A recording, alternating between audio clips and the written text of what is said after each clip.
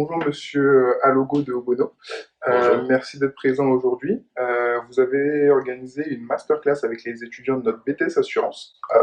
Alors d'abord, je vais vous laisser vous présenter un petit peu et nous dire quel était votre parcours, etc.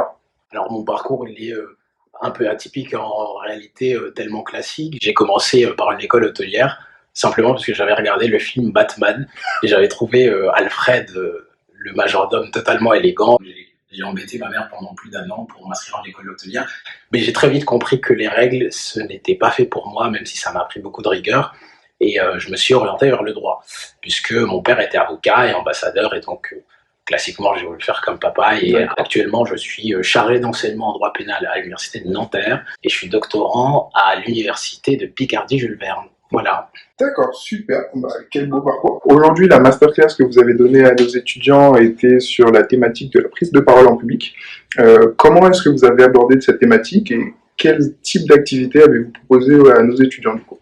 Alors, je vais reprendre les propos d'un avocat qui est le meilleur orateur de lettres classiques en Europe, c'est Marc Bonan, qui disait que la parole est d'abord tout un jaillissement spontané. Et donc, j'ai essayé, ou je me suis évertué, en me donnant en spectacle moi-même, de leur montrer de quelle manière on pouvait donner un cours d'oratoire, non pas sans préparation, puisqu'il y a nécessairement une part de réminiscence, mais en leur montrant les chemins qu'on pouvait emprunter simplement par la parole et par la mémoire. Et j'aurais immédiatement cité l'exemple des 9 muses, Zeus et Némésie, la déesse de la mémoire, qui permettait par la mémoire de fabriquer une séance ou créer des mondes. Alors au niveau des exercices, on a fait des choses très simples.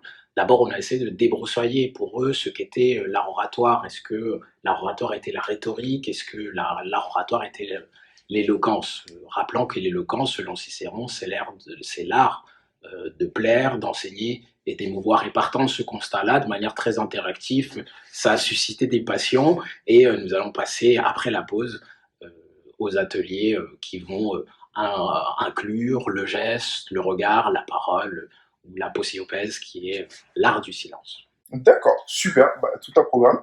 Dernière question du coup, qu'avez-vous pensé de nos étudiants durant cette masterclass et pensez-vous, pardon, la question est en deux temps, et pensez-vous que cette masterclass du coup leur a servi et les aura amenés à se développer sur leur prise de parole en public?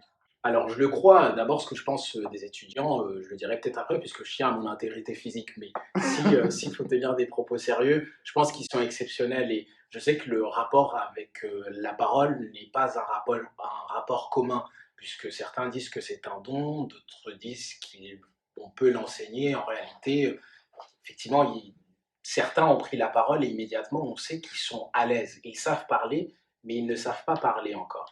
Je m'exprime en d'autres termes, c'est-à-dire qu'ils s'expriment dans des octaves variées parce qu'ils ont une voix, ils savent dire des Mhm. mots, mais l'ordonnance du discours, la clarté d'une idée, il faut qu'ils apprennent à la maîtriser. Et ce qui est exceptionnel en réalité, c'est qu'ils sont totalement enthousiastes, et je ne m'attendais pas à voir, je vous le disais tout à l'heure en préambule, je ne m'attendais pas à ce ils se sentent aussi concernés. Et peut-être là où ça peut les aider pour plus tard, c'est que dans une époque où la parole est numérique, tout est numérisé et il y a des distances, la parole est ce qui permet, à mon sens, d'avoir une proximité certaine dans les échanges humains. Et là où elle l'apporte, mais sans prétention, c'est qu'un cours d'oratoire ou de prise de parole en public aide avant tout, non simplement faire passer une émotion, mais à faire comprendre un message. Et je crois que c'est ce qui manque aujourd'hui aux étudiants que vous avez eu l'honneur de m'accorder.